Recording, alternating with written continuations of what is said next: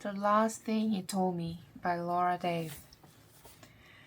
Two can play at that game. I wait until the morning to call him.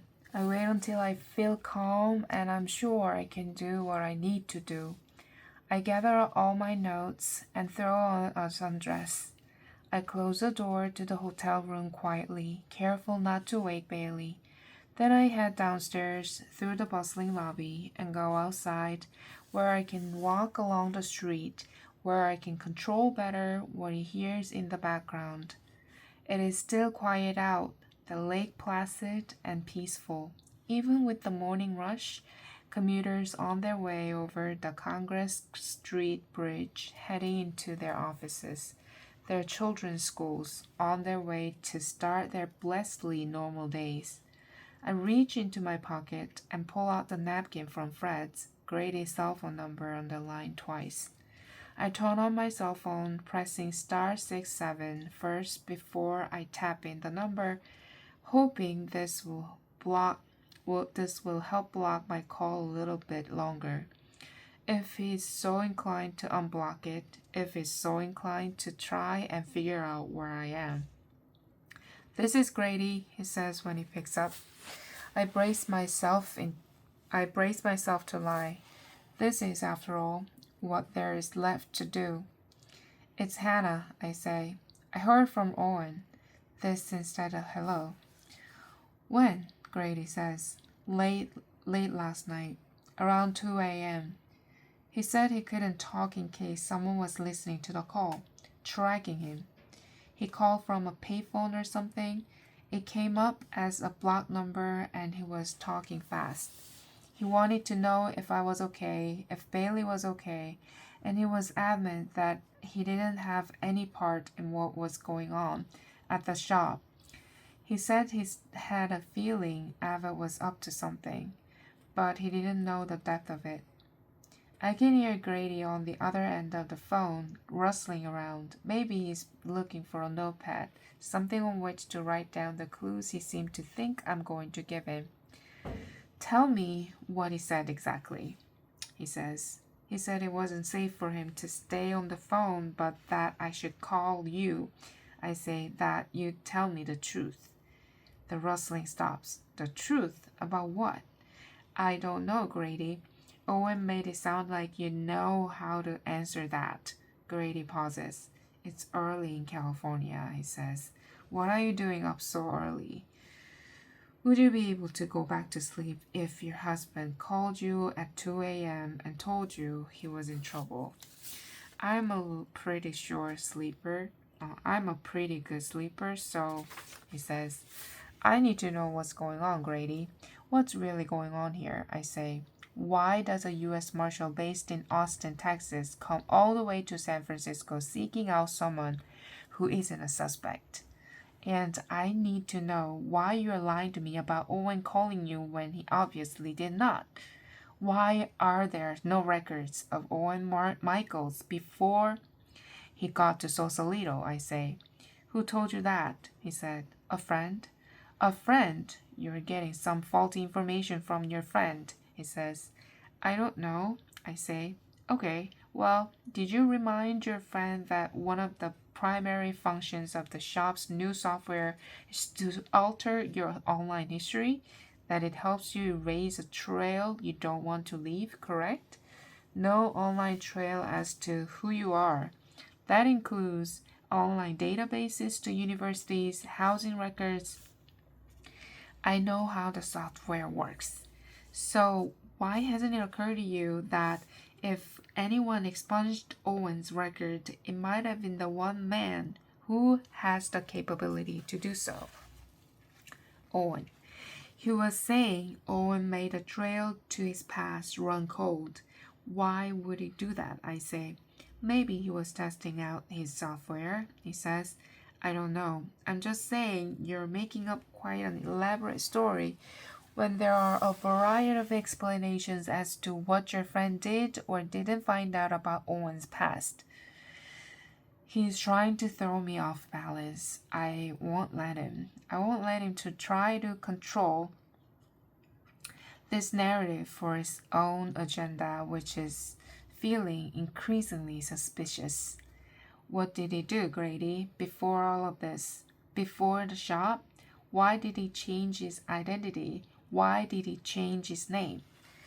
I don't know what you're talking about. I think you do, I say. I think that explains why you came all the way to San Francisco for an investigation you have no jurisdiction over. He laughs. My jurisdiction puts me firmly in charge of this investigation, he says. I think you should probably worry a little less about that and more about some other things. Like what? Like the fact that your pal special agent Naomi Wu at the FBI is threatening to name Owen as an official person of interest. I pause. I haven't said her name. He knew her name. He seems to know everything. We don't have a whole lot of time before her team shows up at your house with your search warrants. I'm fighting hard to hold her off for a moment, but I can't guarantee you it'll keep going this way. I think of Bailey having to come home to see her room turned apart, her world turned apart. Why, Grady? Excuse me? Why are you fighting so hard to stop that from happening? That's my job, he says. He says it assuredly, but I'm not convinced. Because something has clicked in for me. Grady doesn't want any of this for Owen any more than I do. Grady wants to help keep Owen away from that fate. Why is that? If Grady were just investigating Owen, if he were just trying to bring him in, if he was just trying to end this, he wouldn't care as much as he does.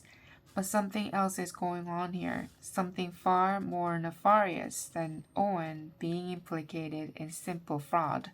And suddenly I feel terrified that that something is worse than anything I have imagined yet. Protect her. Owen left us a bag of money. I say, why? What are you talking about? He says, really? He left it for Bailey. It's a lot of money, and if someone shows up with one of those search warrants you're threatening me with, I don't want them discovering it. I don't want it used against me or as an excuse to take Bailey from me. That's not how it works.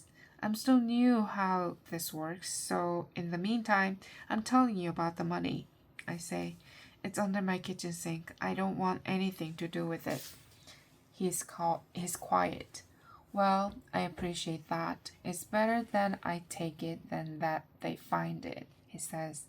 I can have someone in our San Francisco office come out and get it. I look out past Lady Bird Lake at Austin's downtown, its gentle buildings, the trees glinting through the morning light. Grady is probably in one of those buildings already, starting his day. Grady is closer than I suddenly want him to be. Now's not a good time. Why not? Everything in my body tells me to tell him the truth. We are in Austin, but I'm still not sure whether he is a friend or a foe, or both. Maybe everyone is a little bit of both, Owen included. I need to get some work done before Bailey gets up, I say, and I've been thinking maybe I should take Bailey somewhere else until this all calms down. Like where? I think of Jake's offer. I think of New York. I'm not sure, I say, but if we don't have to be in Sausalito, do we? We don't have to be in Sausalito, do we? I mean, we don't have to stay there for any legal reason, correct? Not officially, but it won't look good, he says. Then Grady pauses. He pauses as if hearing something. Wait, why did you say there? What? You said we don't have to stay there. Talking about your house, talking about Sausalito.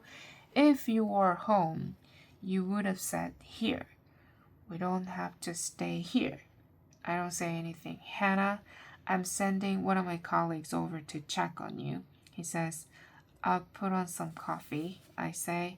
This is a joke, he says. I don't think it is. So then, where are you? Grady says. If Grady wants to trace my phone call, I know he can do it.